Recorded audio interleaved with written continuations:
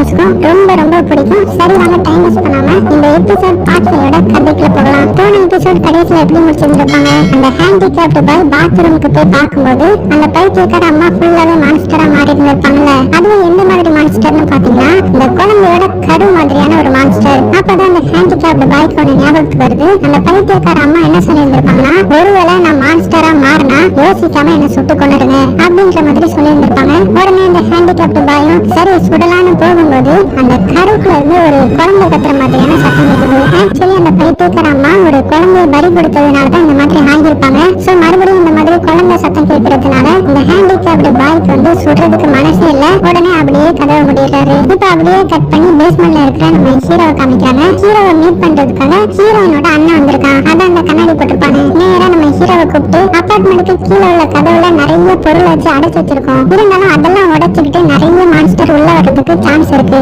அதனால மேல ஒரு ஹேண்டிகேப்ட் பாய்னு ஒருத்தர் இருக்காராமே, அவரை மட்டும் எப்படியாவது கீழே கூட்டிட்டு வா, அவரை வச்சு ஒரு புது கதவை நம்ம உருவாக்கிடலான்ற மாதிரி சொல்றான். ஏன்னு பாத்தீங்கன்னா நம்ம ஹீரோ ஒரு ஸ்டிக் வச்சிருப்பான், அதுக்குள்ள கத்தி வச்சு அந்த ஹேண்டிகேப்ட் பாய் தான் எலக்ட்ரிக் ஷாக் கொடுக்குற மாதிரி எல்லாம் பண்ணி கொடுப்பாருல. அதனால கண்டிப்பா அவரால் ஒரு சூப்பரான கதவை உருவாக்க முடியும். சோ அவருடைய ரூம்ல போய் கூட்டிட்டு வான்னு சொல்லிட்டு உன்னதுக்கு நான் அனுப்புறேன் தெரியுமா, உனக்கு அடிப்பட்டாலுமே கியூர் ஆகிடுது. நார்மல் மனுஷங்களால அது முடியாது. அதனால போற வழியில ஏதாவது ஒரு மான்ஸ்டர் வந்து உன்னை அட்டாக் பண்ணிச்சினாலுமே உனக்கு ஆட்டோமேட்டிக்கா கியூர் ஆகிடும், எங்களுக்கு கியூர் ஆகாது. அந்த ஒரே காரணத்துக்காக தான் உன்னை அனுப்புறேன். சோ நீ போயிட்டு வரேன்னு கேட்கும்போது நம்ம ஹீரோவும் ஓகேன்னு சொல்லிடுறான். அப்படியே கட் பண்ணி இந்த சைடு நம்ம தலைவன் கேங்ஸ்டரை காமிக்கிறாங்க. அவன் கையில ஒரு சாவி எடுத்து பார்த்தான் பாத்தீங்களா போன எபிசோடோட லாஸ்ட்ல. அது யார் சாவின்னு பாத்தீங்கன்னா இந்த டேப் மேன் இருக்கான்ல அவனுடைய வீட்டு சாவி தான். போன எபிசோட்ல 2 பேருக்கும் பயங்கரமான சண்டை வந்திருக்கும்ல, அந்த கேப்ல தலைவன் சுட்டிருப்பான். சோ அவனுடைய ரூமை போய் திறந்து பார்க்கலான்ற மாதிரி போறான். ஆனா எதுக்கு போறான்னு இது வரைக்கும் நமக்கு தெரியல. அப்படி போயிட்டு இருக்கும்போது இந்த பாப் கட்டிங் அம்மா வராங்க. அதான் அவங்களுடைய பொண்ணை கூட மான்ஸ்டர் ரத்தத்தை உடனே சாகடிச்சதுல அந்த அம்மா வந்து நம்ம கேங்ஸ்டர் கிட்ட உங்களுக்கு காசு கொடுத்தா நீங்க எது வேணாலுமே செய்வீங்களா, நான் காசு தரேன், என்ன இந்த கதவை தாண்டி வெளியில விட்டுருங்க, நான் என்னுடைய பொண்ணுடைய பாடியை பார்க்கணும் அப்படி இப்படின்னு கதறாங்க. இருந்தாலும் கேங்ஸ்டர் அதெல்லாம் கண்டுக்காம இந்த அம்மாவை தள்ளி விட்டுட்டு அங்க இருந்து கிளம்பிடுறான். அப்புறமா இந்த மாடிக்கு ஏற வழியையும் நிறைய பொருட்கள் எல்லாம் வச்சு அடைச்சு வச்சிருப்பாங்க. சோ அந்த பொருட்கள் எல்லாம் அந்த கேங்ஸ்டர் தள்ளி விட்டு மாடிக்கு போக போறான். அப்ப கரெக்டா நம்ம ஹீரோ அந்த இடத்துக்கு வந்துடுறான். அதாவது மாடிக்கு போகிறதுக்காக அவங்களுக்கு போற அந்த ஹேண்டிகேப்ட் பாயை கூப்பிட்டதானே. அப்ப நம்ம ஹீரோயினோட அண்ணன் மறுபடியும் நம்ம ஹீரோ கிட்ட வந்து நீ எப்படியாவது கண்டிப்பா அந்த ஹேண்டிகேப்ட் பாயை மட்டும் பத்திரமா கீழே கொண்டு வந்து ஆகணும், உயிரை கொடுத்தாது அவர் உயிரை காப்பாற்றணும், அங்க இருக்கிற சின்ன பசங்களை காப்பாத்துறேன்ற பேர்ல அவருக்கு எந்த ஒரு ஆபத்து வந்துடக்கூடாதுன்ற மாதிரி சொல்றான். யாருடைய அவன் சுத்த பைத்தியக்காரனா இருக்கணும்னு நினைச்சு நம்ம ஹீரோவும் அந்த கேங்ஸ்டரும் அப்படியே மாடிக்கு ஏற ஆரம்பிக்கிறாங்க. அப்ப பாத்தீங்கன்னா இந்த ஃபயர் ஃபைட்டர் பொண்ணு இது தெரிஞ்சிருது. சோ நேரா ஹீரோயினோட அண்ணன் கிட்ட வந்து எதுக்கு அந்த சின்ன பையனை நம்மளுடைய தேவைக்கு யூஸ் பண்ற, இனி இந்த மாதிரி தானே யூஸ் பண்ணேன்னு அப்படி இப்படின்னு திட்ட ஆரம்பிக்கிறா. இங்க பாரு நமக்கு வேற வழியே கிடையாது, இவன் மாடியில இருந்து கீழே வந்து அடிப்பட்டாலுமே அவனுக்கு உடனே சரியாயிடுச்சு பத்தல,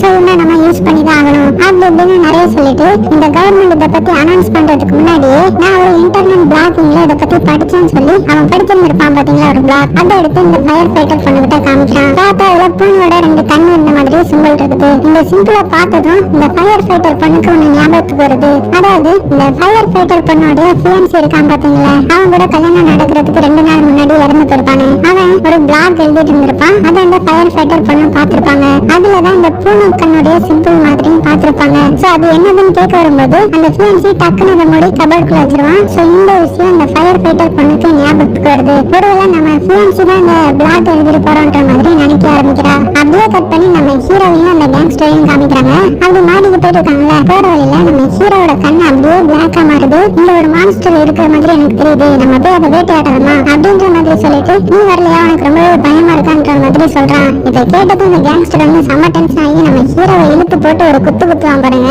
உடனே நம்ம ஹீரோட கண்ணு மறுபடியும் நார்மல் நிலைமைக்கு வந்துருது. அப்போ திடீர்னு ஒரு மான்ஸ்டரோட கை இந்த கேங்ஸ்டரை அப்படியே இழுத்துட்டு போகுது. இதை பார்த்ததும் நம்ம ஹீரோ வேகமா அவனை காப்பாத்துறதுக்காக ஓடுறான். இப்பதான் ஒரு புது மான்ஸ்டரை இன்ட்ரோ பண்றாங்க. இந்த மான்ஸ்டரோட பவர் என்னன்னா பயங்கர ஸ்பீடா ஓடும். போன எபிசோட்ல கூட நம்ம ஹீரோ மாடியில இருந்து தடுக்கி கீழே விழுந்திருப்பான்னு சொன்னேன் பாத்தீங்களா, அது மாடியில இருந்து தடுக்கி கீழே விழுந்திருக்க மாட்டான். இந்த மான்ஸ்டர் தான் வேகமா வந்து நம்ம ஹீரோவை தள்ளி விட்டுருக்கோம். சோ சஸ்பென்ஸா இருக்கட்டும்னா நான் போன எபிசோட்ல சொல்லியிருந்திருக்க மாட்டேன். சோ இதுதான் அந்த புது மான்ஸ்டர், அதாவது பயங்கர ஸ்பீடா ஓடும். அப்புறமா நம்ம ஹீரோவை பார்த்ததும் வேகமா நம்ம ஹீரோவை பிடிக்க வருது.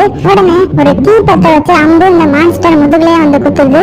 அதனால அந்த மான்ஸ்டர் பயந்து அங்கிருந்து ஓடிடுது. சோ யாருன்னு பார்த்தா போனது சொல்ல ஒரு கண்ணாடி தாத்தாவும் ஒரு நர்ஸும் பார்த்தோம் பாத்தீங்களா. அவங்க தான் பேஸ்மெண்ட்டுக்கு வந்துட்டு இருந்தாங்கல்ல. வந்த வழியில தான் இந்த மாதிரி பார்த்து நம்ம ஹீரோவுக்கு ஹெல்ப் பண்ணிருக்காங்க. அப்புறமா மயங்கி கிடக்குற நம்ம கேங்ஸ்டரையும் அவங்களுடைய ரூமுக்கு கூட்டிட்டு போய் ட்ரீட்மெண்ட் எல்லாம் கொடுக்குறாங்க. அப்ப பாத்தீங்கன்னா அந்த கேங்ஸ்டர் காதுலயே முடிச்சுக்கிறான். சோ இந்த நர்ஸ் கையை தட்டி விட்டுட்டு அந்த ரூமை விட்டு வெளியில போயிடுறான். சரி அவன் போனா போயிட்டு போறான்னு நம்ம ஹீரோவுக்கும் அடிபட்டிருக்கும் பாத்தீங்களா. அதனால நம்ம ஹீரோவுக்கும் ட்ரீட்மெண்ட் கொடுக்க வரும்போது இல்ல எனக்குலாம் வேணாம், எனக்கு சரியாயிடுச்சு, ஒரு பேண்டேஜ் மட்டும் கொடுங்கன்னு சொல்லும்போது இந்த கண்ணாடி தாத்தா அந்த கிராஸ் போவை நம்ம ஹீரோ கிட்ட நீட்டி மரியாதையா கையேறா குட்டி பையா அப்படின்ற மாதிரி சொன்னதும் நம்ம ஹீரோ அப்படியே கையெடுக்கிறான். பாத்தீங்கன்னா அந்த காயம் எல்லாமே அப்படியே ஆட்டோமேட்டிக்கா மறையுது. இதை பார்த்ததும் நீ மான்ஸ்டரா இருந்து எங்களை ஏமாத்திருக்கிற, மரியாதையா அந்த ரூமை விட்டு வெளியில போன கோவமா சொன்னதும் நம்ம ஹீரோ அப்படியே உடஞ்சு போயிடறான். சோ சோகமா அந்த ரூமை விட்டு வெளியில போகும்போது இந்த கண்ணாடி தாத்தா கக்கப்புக்கு சிரிச்சுட்டு அடா தம்பி சும்மா சொன்னப்பா, நானே கொஞ்சம் நாளா சாக போறேன், நீ 14th ஃப்ளோர் தானே போற, அந்த ஹேண்டிகேப்டு பாயையும் அந்த குழந்தையும் கூட போறத தானே சொன்னேன், சரி வா உன் கூட நானும் வரேன் அப்படின்ற மாதிரி சொல்லி நம்ம ஹீரோ கூட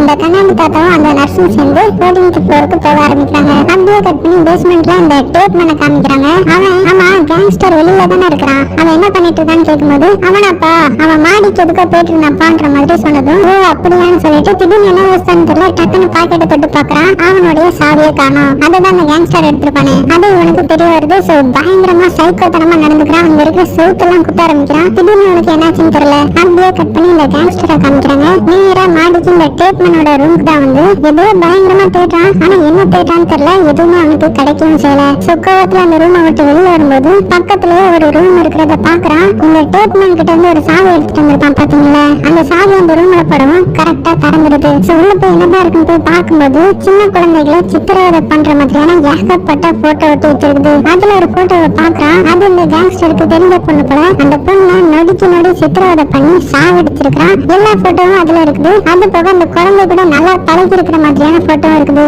சோ இந்த போட்டோ எல்லாம் பார்த்து இந்த கேங்ஸ்டர் செம்ம டென்ஷன் ஆகி உன்னை சாவடிக்க போறேன்னு சொல்லி பேஸ்மெண்ட்க்கு கிளம்புறான். அப்படியே கட் பண்ணி நம்ம ஹீரோவை காமிக்கிறாங்க. நேரா அந்த ஹேண்டிகேப்டு பாய் ரூமுக்கு போயிட்டான். அப்புறமா அங்க இருக்கிற எல்லார்கிட்டையும் வாங்க சீக்கிரமா பேஸ்மெண்ட்டுக்கு போலாம். ஆனா இந்த பைத்தியக்கார அம்மா இருந்தாங்களே அவங்க எங்க காணோம்னு கேட்கும்போது இந்த ஹேண்டிகேப்டு பாயும் அந்த கதவை திறந்து காமிக்கிறாரு. இப்ப நான் பாக்குறான் அந்த அம்மா ஃபுல்லாவே மான்ஸ்டரா மாறி இருந்திருக்காங்க. சோ சோகத்துல இவங்க எல்லாத்தையுமே கூட்டிட்டு பேஸ்மெண்ட்டுக்கு கிளம்புறான். அப்படியே கட் பண்ணி இந்த பேஸ்மெண்ட்ல இருக்கிற டேப்மேனை காமிக்கிறாங்க. அவனுக்கு என்னாச்சுன்னு தெரியல, ஃபுல்லாவே நர்வஸா இருக்கிறான். எப்படியாவது இந்த ரூம்ல இருந்து வெளியில போகணும்னு அவனுடைய கையவே அவன் கிழிச்சு நீங்க பாருங்க நான் ஒன்னும் மான்ஸ்டர் கிடையாது, எனக்கு ஹெல்ப் பண்ணுங்க அப்படி இப்படின்னு கத்தவும் அவனை அந்த ரூம்ல இருந்து வெளியில விட்டுறாங்க. நீங்க தானடா உள்ள போன அப்படி இப்படின்னு கேட்கும்போது யாருக்கிட்டையுமே ஒழுங்கா பதில் சொல்ல மாட்டேதான். ஏதோ பயங்கர பரபரப்புல இவன் ஒரு சுத்தியில ஒளிச்சு வச்சிருந்திருப்பான். அதை எடுத்து கரெக்டா நிக்கவும் இந்த கேங்ஸ்டர் இருக்கான் பாத்தீங்களா, அவன் மாடியில இருந்து இந்த டேப்னை அடிச்சு சாகடிக்கிறதுக்காக பயங்கர கோவத்துல வரான். அப்ப அந்த கொரியன் டீச்சர் இருக்கான் பாத்தீங்களா, அவன் அந்த கேங்ஸ்டரை பிடிக்கவும் பயங்கர கோவத்துல கையெல்லாம் தட்டி விட்டுட்டு அங்கிருந்து போகும்போது இந்த கேங்ஸ்டரோட மொபைல் போன் கீழே வந்துருது.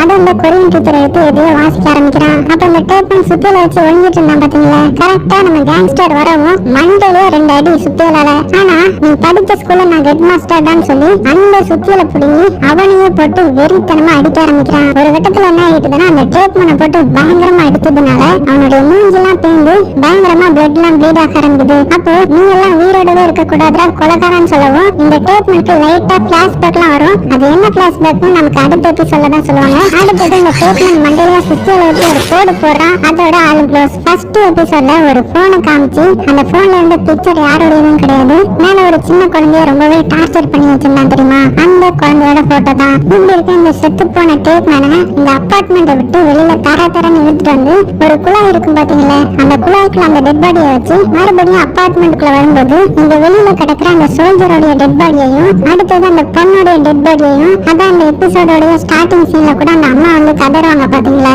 நான் அதிக காசு தரேன், என்கிட்ட இருக்கிறது எல்லாத்தையுமே தரேன், என் பொண்ணுடைய டெட் பாடியையாவது நான் பார்க்கணும்னு கதறி இருப்பாங்க பாத்தீங்களா. அதுக்காக அந்த சோல்ஜரோடைய டெட் பாடியையும் அந்த பொண்ணுடைய டெட் பாடியையும் அப்படியே இழுத்துட்டு வந்து அபார்ட்மெண்ட்டுக்குள்ள போட்டுட்டு இவன் வெளியிலேயே நின்னுக்கிட்டு செட்டரை சாத்துறான். இதை பார்த்த அந்த கொரியன் டீச்சர் இவனை வந்து தடுக்கவும் இந்த கேங்ஸ்டருக்கு வேற அதிகமா அதிகமா பிளட் ப்ளீட் ஆனதுனால அப்படியே மயக்கம் போட்டு வந்துறான். சோ அவனை அப்படியே உள்ள இழுத்துறாங்க. சோ இப்போ உள்ள கொண்டு வந்து அந்த பொண்ணோட டெட் பாடியை பிடிச்சி அவங்க அம்மா கதறாங்க. அப்படியே அந்த சீன் கட் ஆகுது. அடுத்த சீன்ல பாத்தீங்கன்னா அந்த அபார்ட்மெண்ட் ஃபுல்லாவே ரொம்ப ரொம்ப சோகத்துல இருக்காங்க. இப்படி இருக்க அந்த ரெண்டு சின்ன குழந்தைங்கள்ல அந்த பையன் கேக்குறான், அப்பா மட்டும் இதுக்கு கூட்டிட்டு வர மாட்டாங்கன்னு ரொம்பவே சோகமா கேட்கும்போது இந்த அக்காக்காருக்கு என்ன சொல்றதுன்னு தெரியல. அப்பா எல்லாம் கொண்டு வர மாட்டாங்கம்மா அப்படி இப்படின்னு சொல்லி சமாளிக்க இந்த டைம் அந்த இடத்துக்கு அந்த அம்மா வராங்க. அப்புறமா ஒரு டவலை வச்சு இந்த ரெண்டு குழந்தைங்களையும் தொடச்சிட்டு இருக்கும்போது அழுதுகிட்டே தான் தொடச்சிட்டு இருப்பாங்க. அப்ப அந்த சின்ன பையன் இந்த அம்மாவுடைய கண்ணீரை தொடச்சு விடுவான் பாருங்க. பயங்கர எமோஷனலா இருக்கும். அந்த அம்மாவும் ரெண்டு குழந்தைங்களையும் கட்டி பிடிச்சிட்டு அழுகுறாங்க.